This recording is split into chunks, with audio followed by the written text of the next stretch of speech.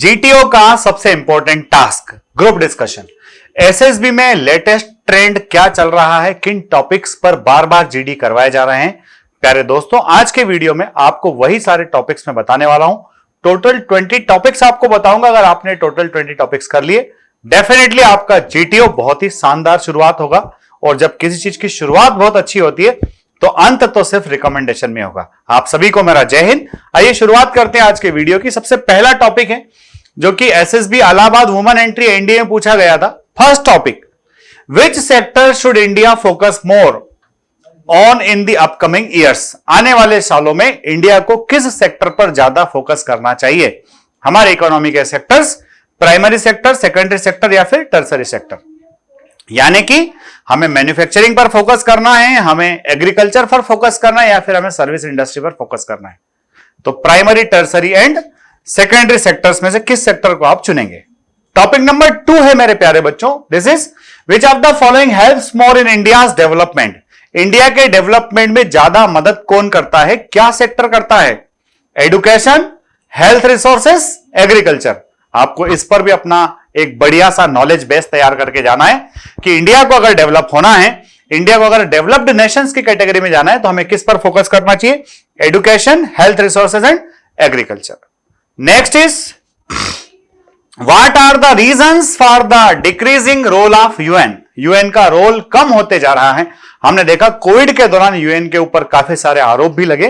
तो क्या रीजन है जिसकी वजह से यूएन का वैल्यू, वेटेज कम होता जा रहा है।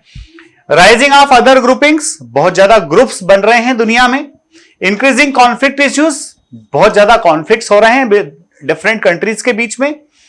Poor representation of developing countries, developing countries जो है वो उतना दमखम के साथ खड़ी नहीं हो पा रही है ताकि वो डेवलप्ड कंट्रीज को काउंटर कर पाए। तो यूएन पर भी आपको बहुत अच्छे से पढ़ लिख लेना है। तो बच्चों, अभी तक आपके 3 टॉपिक्स हो गए। सबसे पहला कि कौन सा सेक्टर है जिस पे फोकस करना है। दूसरा, इंडिया के डेवलपमेंट में हमें किस पार्ट पर फोकस करना है। थर्ड, यूएन का जो डिक्रीजिंग रोल है उसके पीछे क्या वजह है। Next is what are the reasons for increasing crime towards women. महिलाओं के खिलाफ क्राइम्स बढ़ते जा रहे हैं, इन क्राइम्स की वजह क्या है। लेक ऑफ लॉज, कानूनों की कमी। पेट्रियार्कल सोसाइटी, पेट्रियार्कल सोसाइटी की वजह से क्या क्राइम्स ज्यादा हो रहे हैं, या फिर women seen as easy target, या फिर महिलाओं को इजी टारगेट समझा जाता है। तो ये टॉपिक भी आप ठीक से प्रिपेयर कर लीजिए। Next is what should India do to become a super power. India को अगर सुपर पावर बनना है तो इंडिया को क्या करना चाहिए। हमें अगर सुपर पावर बनना है 2047 तक तो हमें क्या करना चाहिए। इंक्रीज इकोनॉमी, क्या हमें अपनी इकोनॉमी को बूस्ट करना चाहिए, जैसे तैसे इसको और अच्छे से डेवलप करना चाहिए। टॉप 5 में अभी हम आ रहे हैं, क्या हमें टॉप 1-2 के में शामिल होना चाहिए। फोकस ऑन डिफेंस इक्विपमेंट, क्या हमें डिफेंस इक्विपमेंट पर फोकस करना चाहिए। रिलेशनशिप विद नेबर्स, क्या हमें अपने पड़ोसियों के साथ रिश्ते अच्छे करना चाहिए। इंडिया को सुपर पावर बनने के लिए क्या क्या करना चाहिए। Next topic is how is G20 creating major impact on world. किस प्रकार से G20 दुनिया पर अपना जो रोल है किस तरह से इंपैक्ट डाल रहा है। क्या गवर्नेंस में हेल्प कर रहा है, क्या डिप्लोमेसी में हेल्प कर रहा है, या फिर क्या एनर्जी में हेल्प कर रहा है।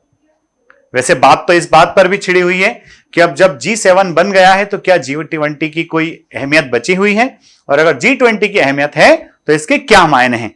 वैसे वर्तमान में इसकी अध्यक्षता, इसकी प्रेसिडेंसी हमारे पास में ही है। Marriage system is no more stable in India due to. India में मैरिज सिस्टम अब और ज्यादा, इंडिया की बात नहीं सब जगह की बात हो रही है कि आजकल मैरिज सिस्टम उतना स्टेबल नहीं है। इसकी वजह क्या है।